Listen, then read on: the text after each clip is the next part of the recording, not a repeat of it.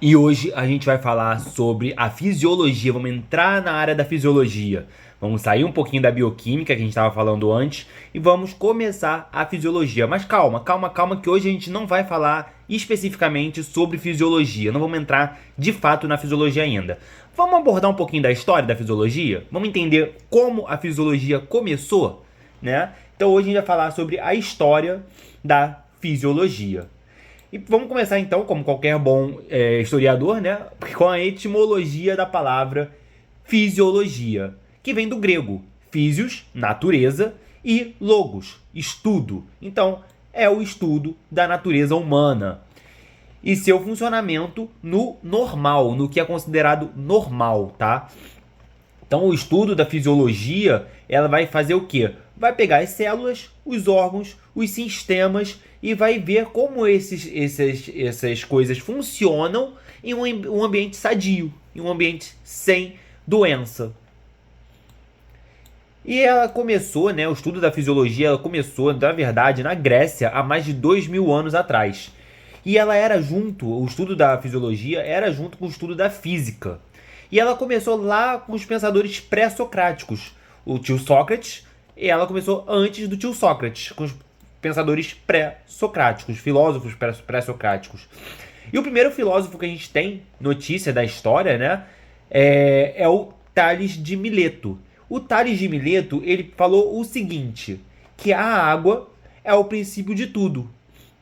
Então, esse Tales de Mileto é um pensador pré-socrático e ele que começou com a ideia da fisiologia humana.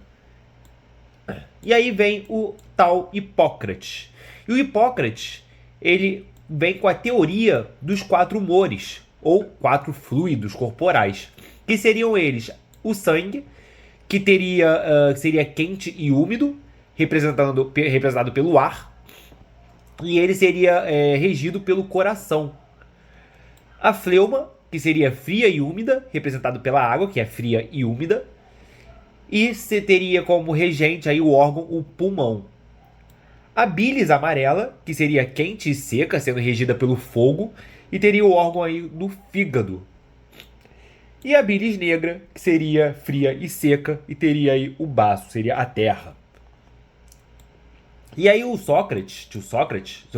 tio Hipócrates, ele veio com a ideia de que saudável é quando o ser humano, né, quando a pessoa estava com esses fluidos, né, esses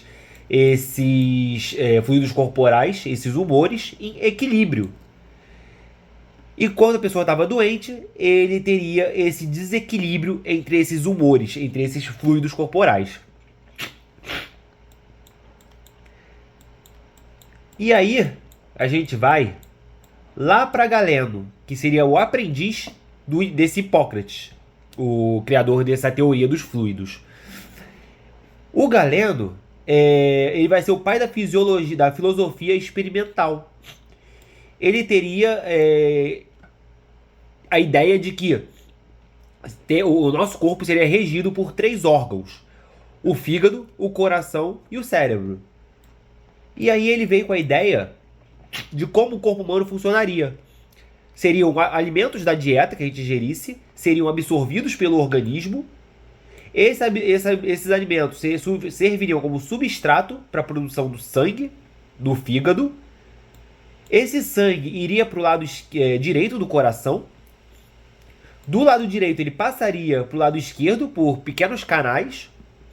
Do lado esquerdo ele se misturaria com o sangue trazido dos pulmões.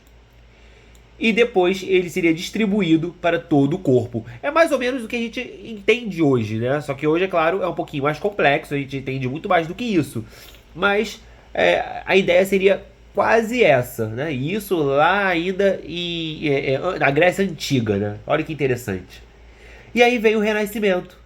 No Renascimento, a gente vai ter o desenvolvimento da anatomia. E a anatomia começa a passar a ser a base da fisiologia. Por isso que nas faculdades a gente estuda muito anatomia junto com fisiologia. E aí a gente vai ter esse cara aqui, o Andrés Vesalius, e ele vai escrever o livro A Estrutura do Corpo Humano. E esse livro vai ser a maior contribuição isolada para a medicina de todos os tempos. É esse livro aqui, ó. Deixa eu tirar o zoom. É esse livro aqui, que é de Andrés Versalhes. E aí é um livro sobre anatomia. E aí ele também, esse Andrés Versalhes, ele também vai criar a Escola de Fisiologia e Anatomia de Pádua. E essa escola vai influenciar aí os próximos fisiológicos. E além disso, a gente vai ter influência, né, no Renascimento, na época renascentista, do Leonardo da Vinci e de Michelangelo.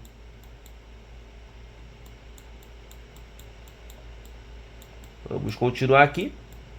Logo após, né, vem esse William Harvey, que ele era aluno dessa escola de Pádua, aluno da Escola de Fisiologia e Anatomia de Pádua. E ele vai falar o seguinte, que o coração bombeia o sangue pro resto do corpo. O coração seria como uma bomba que impulsionaria esse sangue pro resto do corpo. E aí a gente começa a ver o coração como centro do corpo. E logo após vem a microfisiologia, que começa a ser desenvolvida, a microfisiologia. E ela vai entender, como a gente já entende bem o macro da fisiologia, né, do corpo, ela vai começar a estudar o micro do corpo. E aí vem um cara chamado Luigi Galvani e o outro cara chamado Alessandro Volta, e eles vão fazer experimentos em rãs, dando choque nas rãs, e essas rãs vão fazer contrações musculares nas pernas por conta desses choques. E aí a gente tem a teoria da eletricidade animal, que todo animal seria conduzido, né, a força motriz ali da pessoa, do animal, seria movido por eletricidade. Esse Alessandro Volta também foi inventor da primeira pilha. Então essa pilhazinha que você usa aí no seu rádio, no seu eletroportátil, né, no seu Discman, o Walkman, ele foi inventado por Alessandro Volta. E aí a gente tem também a teoria do metabolismo crescendo cada vez mais. Nessa mesma época, esse conceito do metabolismo, né? Então, Antoine Lavoisier, ele vai falar que o processo de combustão, né, da respiração animal, o inalar O2 e exalar CO2, vai fazer essa combustão interna. Esse O2 vai ter uma combustão interna que vai sair o CO2.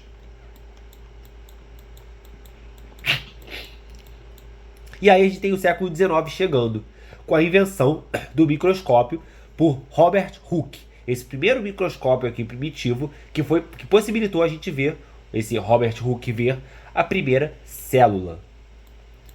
E aí vem o Johannes Müller.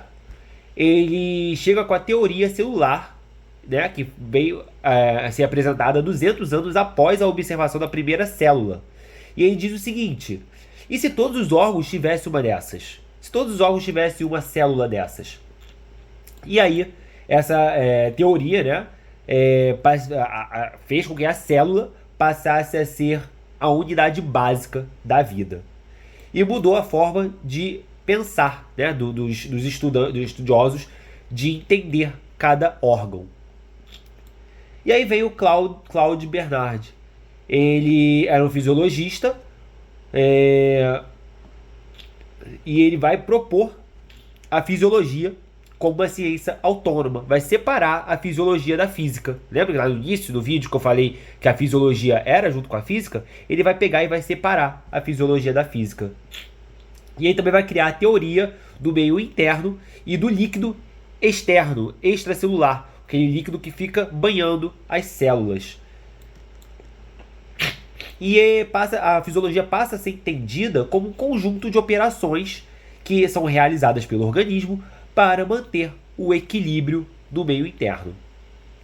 E aí, chega lá, 1929, a teoria da homeostasia volta a fazer sentido. O termo já existia, esse termo homeostasia já existia, mas ela volta a ser atrelada à fisiologia. E homeostasia é basicamente manter o equilíbrio, tá?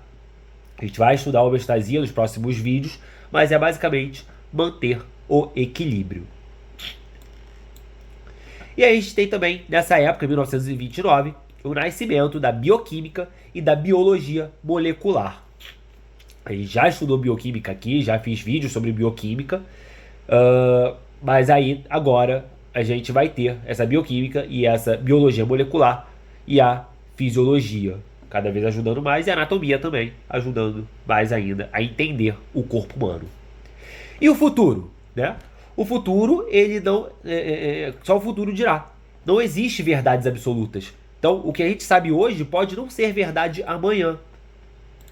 E aí a gente tem um mundo em constante mudança, constante movimento. E o que pode ser verdade hoje, que era verdade ontem, no passado, já não é mais verdade hoje. E o que é verdade hoje pode não ser verdade amanhã.